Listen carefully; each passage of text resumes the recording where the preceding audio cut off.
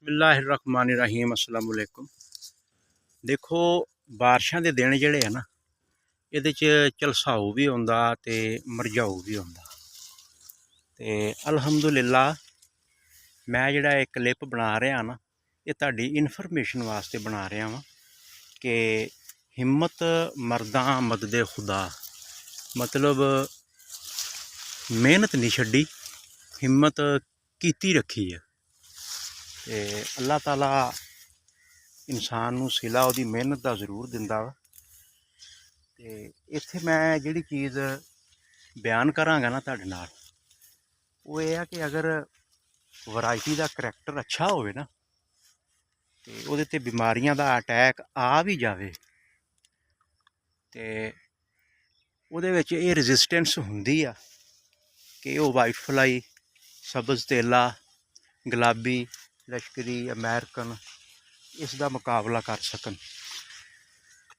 तो इस क्लिप दे विच ना मैं यही दसांगा कि हुण सीड जिहड़े असीं रखने आ ना कपावां दे वो बड़े सोच समझ के रखने। एक तां बारिशी स्पैल होंदे रहे जिहदे नाल बनोला जिहड़ा ना उहदे ते भी बहुत फर्क पैना वा। आइंदा साल उहदी जर्मीनेशन भी किद्दां दी रहेगी।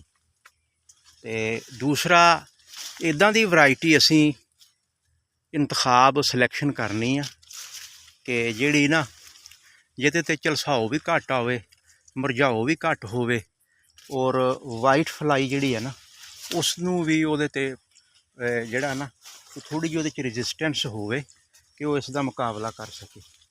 अगर इन्हां चीज़ां ते असीं कारबंद हो जाने ना तो इस फसल दे नाल कोई फसल नहीं रलदी।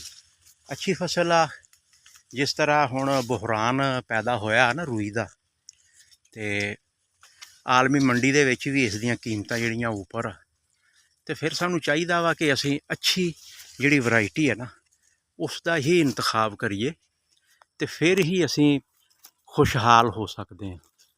हुण तुसीं देखो ना कि 6-7-8 फुट दे करीब जिहड़ा ना कद वो है वा।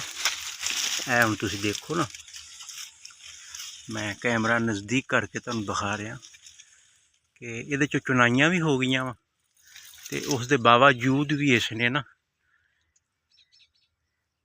गर्मी का मुकाबला पूरा किया। ते बस ये यही मैं अज वाली च एडवाइस करांगा कि वैरायटी का इंतखाब सोच समझ के करना वा।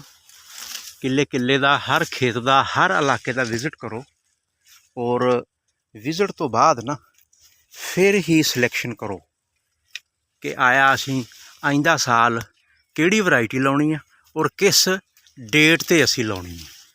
तो फिर ही कामयाबी का राज जिहड़ा ना वो कामयाब असीं होवांगे।